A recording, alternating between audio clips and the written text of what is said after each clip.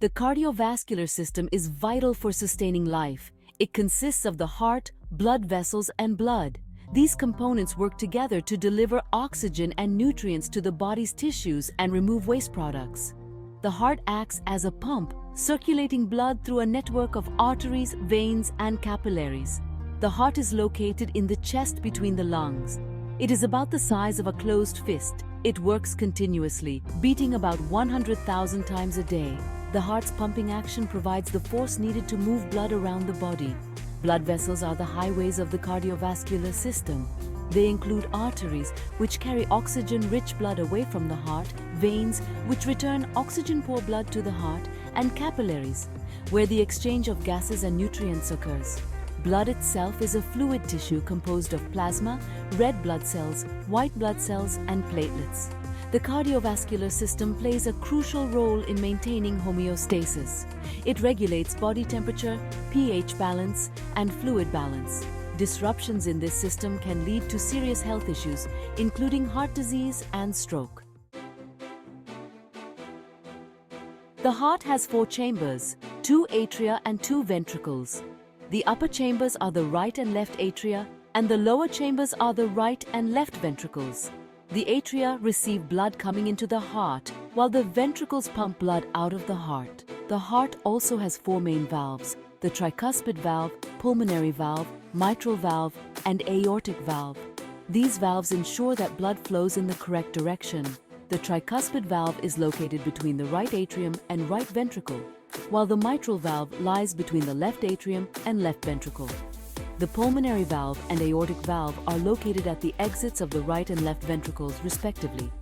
Major blood vessels connected to the heart include the superior and inferior vena cava, pulmonary arteries, pulmonary veins, and the aorta. The vena cava brings deoxygenated blood from the body to the right atrium. The pulmonary arteries carry blood from the right ventricle to the lungs. The pulmonary veins return oxygenated blood from the lungs to the left atrium. The aorta carries oxygen-rich blood from the left ventricle to the rest of the body. The heart muscle itself, known as the myocardium, is a specialized type of muscle. It is highly resistant to fatigue and can generate its own electrical impulses, which control the heartbeat. The heart is also surrounded by a protective sac called the pericardium. The cardiac cycle refers to the sequence of events that occur during one heartbeat. It consists of 2 main phases, systole and diastole. During systole, the ventricles contract and pump blood out of the heart. During diastole, the ventricles relax and fill with blood from the atria. The heart's conduction system controls the cardiac cycle.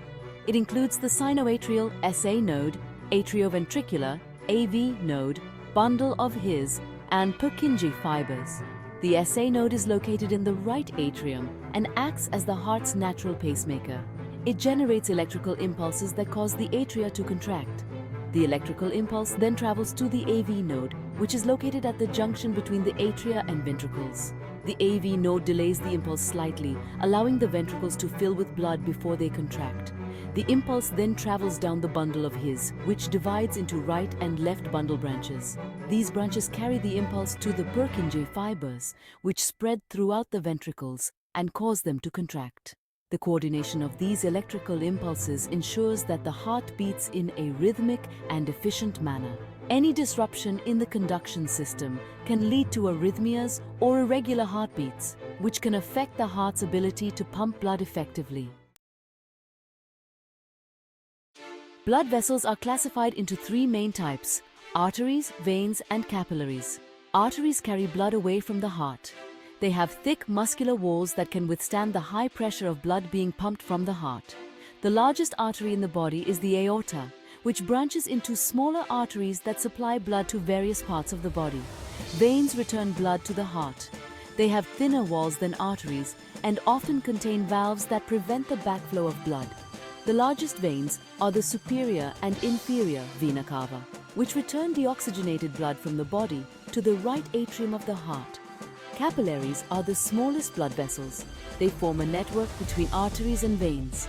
The walls of capillaries are just 1 cell thick, allowing for the exchange of gases, nutrients, and waste products between the blood and tissues. The circulatory system can be divided into 2 circuits: the systemic circulation, and the pulmonary circulation. The systemic circulation carries oxygenated blood from the left ventricle to the body and returns deoxygenated blood to the right atrium. The pulmonary circulation carries deoxygenated blood from the right ventricle to the lungs and returns oxygenated blood to the left atrium. Section 5. Overview of the pulmonary system. The pulmonary system, also known as the respiratory system, is responsible for the exchange of gases between the body and the environment. Its primary function is to supply the blood with oxygen and to remove carbon dioxide. The main components of the pulmonary system include the lungs, airways, and respiratory muscles. The lungs are the primary organs of the pulmonary system. They are located in the chest cavity and protected by the rib cage. The airways include the nose, mouth, pharynx, larynx, trachea, bronchi, and bronchioles. These structures form a continuous passageway for air to move in and out of the lungs. Respiratory muscles, including the diaphragm and intercostal muscles, play a key role in breathing. The diaphragm is a dome-shaped muscle located at the base of the lungs. It contracts and flattens during inhalation, creating a vacuum that pulls air into the lungs. The intercostal muscles are located between the ribs and help expand the chest cavity during inhalation. The pulmonary system works closely with the cardiovascular system to ensure that oxygen is delivered to the tissues and carbon dioxide is removed. Oxygen from the air is transferred to the blood in the lungs, while carbon dioxide from the blood is expelled from the body. Section 6. Structure of the lungs and airways. The lungs are spongy air-filled organs located in the chest cavity. Each lung is divided into lobes, 3 on the right and 2 on the left. The right lung is larger and has 3 lobes, the upper, middle, and lower lobes. The left lung has 2 lobes, the upper and lower lobes. The left lung is slightly smaller to accommodate the heart. The airways begin at the nose and mouth, where air is inhaled. The air then passes through the pharynx and larynx, commonly known as the throat and voice box, respectively.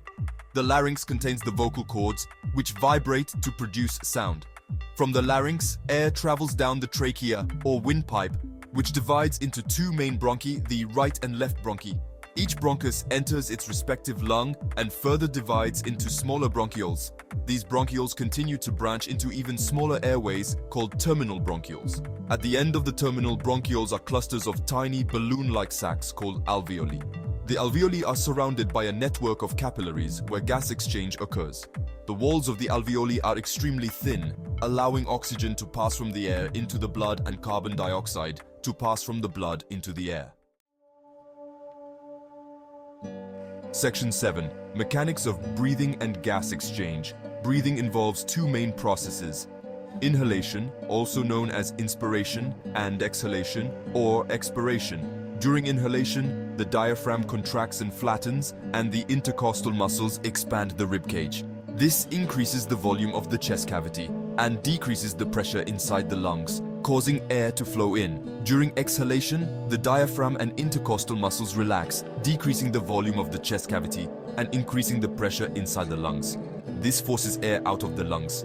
Normal breathing is a passive process, but during vigorous exercise or respiratory distress, additional muscles may be used to assist with breathing. Gas exchange occurs in the alveoli. Oxygen from inhaled air diffuses through the walls of the alveoli and into the capillaries. At the same time, carbon dioxide from the blood diffuses into the alveoli to be exhaled. This process is driven by differences in partial pressure of the gases in the alveoli and the blood. The efficiency of gas exchange is crucial for maintaining the body's oxygen supply and removing carbon dioxide.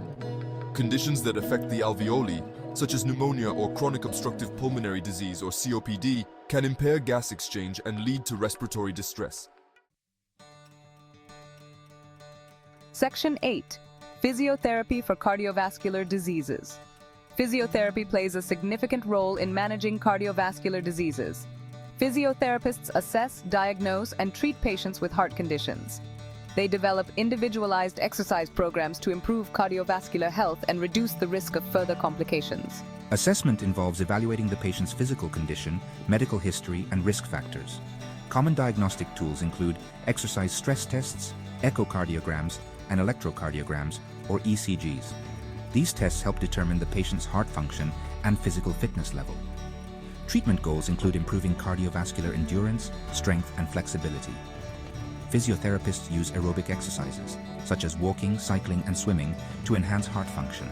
Strength training exercises help improve muscle mass and overall physical condition.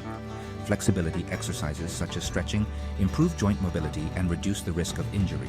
Patient education is also an important aspect of physiotherapy.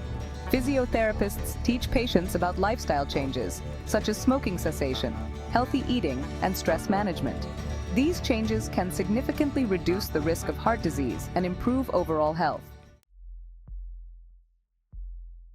Section 9.